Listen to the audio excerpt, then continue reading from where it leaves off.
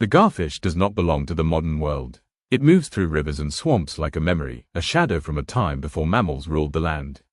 Long before birds filled the skies or humans shaped the landscape, garfish were already here, watching continents shift and ecosystems rise and fall. Fossil records place their ancestors more than 100 million years ago. While countless species evolved, adapted, or vanished, garfish remained nearly unchanged. Evolution did not abandon them, it perfected them early. Their bodies tell the story. Thick, diamond-shaped scales cover the gar like armor. These are not ordinary fish scales. They are ganoid scales, hard, enamel-like plates that resist puncture and predation.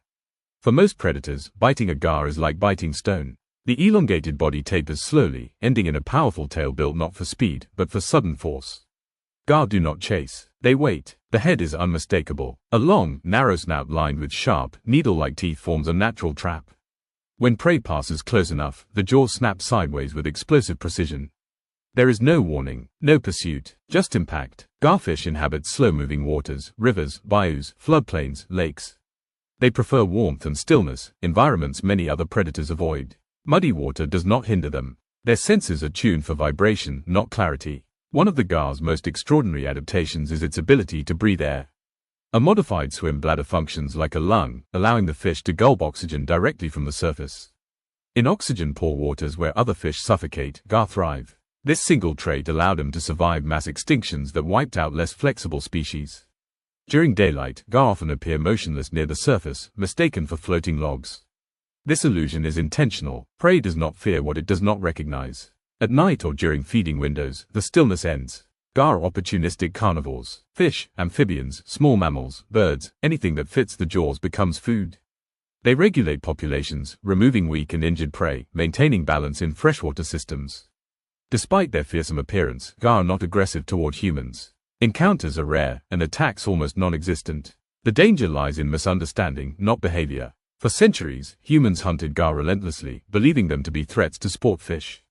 Populations declined. Ecosystems suffered. Only later did science recognize their importance. Garfish were never villains. They were guardians. Reproduction is slow and deliberate.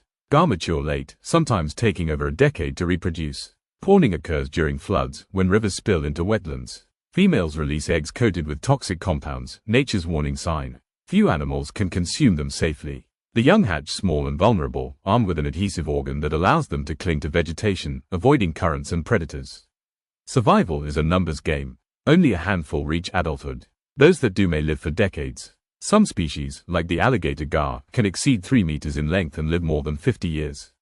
Time moves differently for creatures built to endure. Modern threats come not from predators, but from habitat destruction. Dams, pollution, and wetland loss reduce breeding grounds. Climate change alters water levels and temperature patterns the gar has relied on for millennia. Yet still, they persist.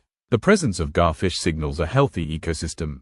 Where gar disappear, imbalance follows. Invasive species spread unchecked. Insect populations surge. Water quality declines. They are not relics. They are regulators. To see a gar rise slowly to the surface, break the water with its snout, and inhale air is to witness prehistory breathing. It is a reminder that survival is not always about change, but about being right the first time. Garfish do not rush. They do not adapt to trends. They wait. They have outlived dinosaurs. They will likely outlive us.